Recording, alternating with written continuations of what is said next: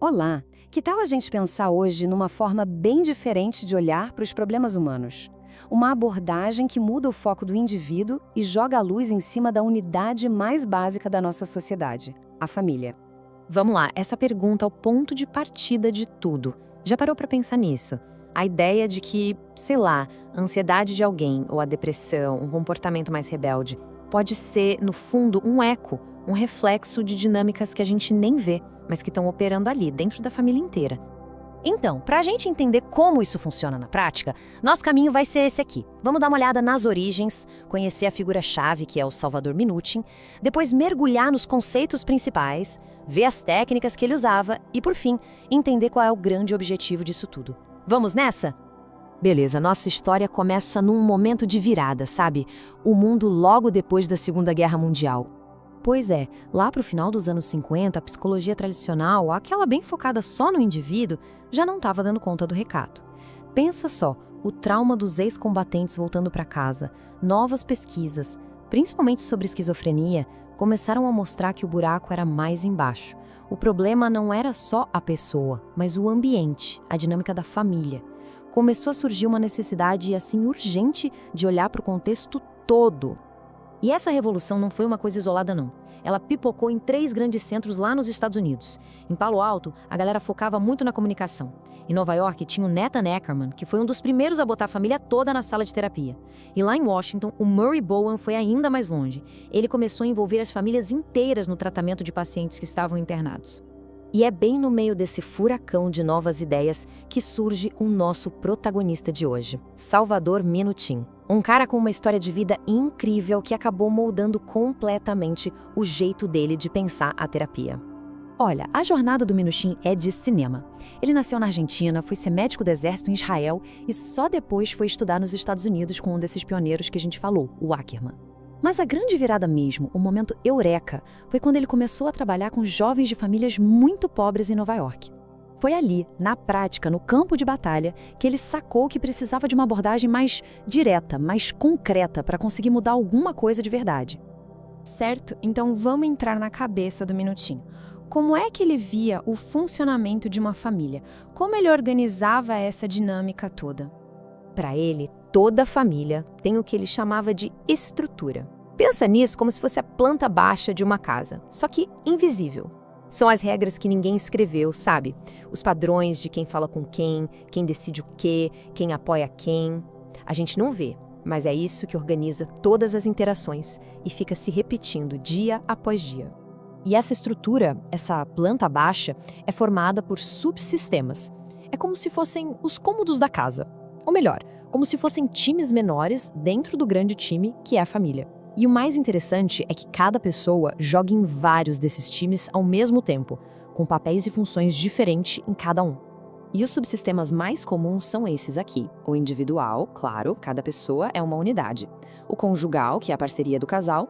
O parental, que é a dupla no papel de pais, de cuidadores. E o fraterno, que é a galera dos irmãos. Para a família funcionar bem, cada um desses times precisa estar saudável. Ok, mas e aí? O que separa um time do outro? A resposta é as fronteiras. Elas são as regras do jogo. Elas definem quem participa, quem não participa e como a comunicação rola entre esses subsistemas. Fronteiras saudáveis têm que ser claras, mas ao mesmo tempo flexíveis. É justamente nos extremos que a coisa complica. De um lado tem as famílias que Minuchin chamava de emaranhadas. Ali as fronteiras são tão, mas tão fracas que viram um todo mundo na vida de todo mundo. Ninguém tem autonomia, um sufoco.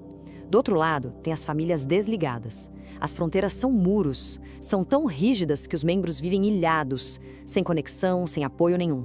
Para fechar esse mapa da estrutura, faltam 2 pontos importantes. O primeiro é a hierarquia, que nada mais é do que quem tem o poder, quem tem a autoridade na família. E o ideal é que seja o time dos pais, né? O segundo são as alianças.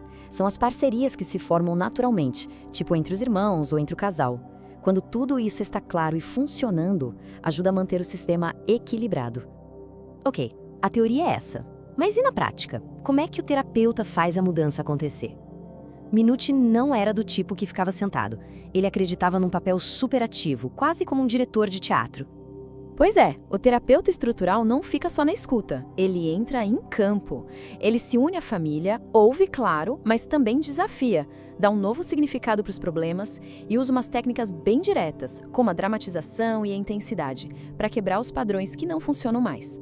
Essa da dramatização é muito legal. O terapeuta basicamente pede para a família encenar um conflito ali, na hora, durante a sessão. Mostrem como foi a briga de ontem. Isso faz com que ele consiga ver o padrão acontecendo ao vivo. E, o mais importante, ele pode pausar a cena e falar: ok, e se agora vocês tentassem de um jeito diferente? É propor uma nova cena, literalmente. A intensidade é outra ferramenta-chave. E olha, não tem nada a ver com gritável. É sobre fazer a mensagem terapêutica ser realmente ouvida, sentida. Por exemplo, o terapeuta pode repetir uma mesma pergunta até que a família pare de fugir do assunto e responda de verdade. Ou sei lá, pedir para um pai e um filho trocarem de lugar na sala, só para eles sentirem fisicamente como é mudar a dinâmica de poder entre eles. E tudo isso é guiado pelo que ele chamava de mapeamento. O terapeuta desenha mesmo, cria um diagrama, um mapa visual de como a família se organiza. Isso ajuda a organizar as ideias, a levantar hipóteses de onde estão os nós do problema, tipo, aqui tem uma fronteira rígida demais, aqui tem uma aliança que não tá legal, e também, claro, onde estão os pontos fortes daquela família. Mas no fim das contas, para que serve todo esse trabalho? Para que mapear, dramatizar, reestruturar tudo isso? O grande objetivo é um só: ajudar a família a achar um equilíbrio saudável entre pertencer e ser quem se é. É criar um sistema onde cada pessoa se sinta parte de algo maior, se sinta apoiada, conectada, mas que ao mesmo tempo tenha liberdade e espaço para ser um indivíduo, com suas próprias vontades e seu próprio caminho.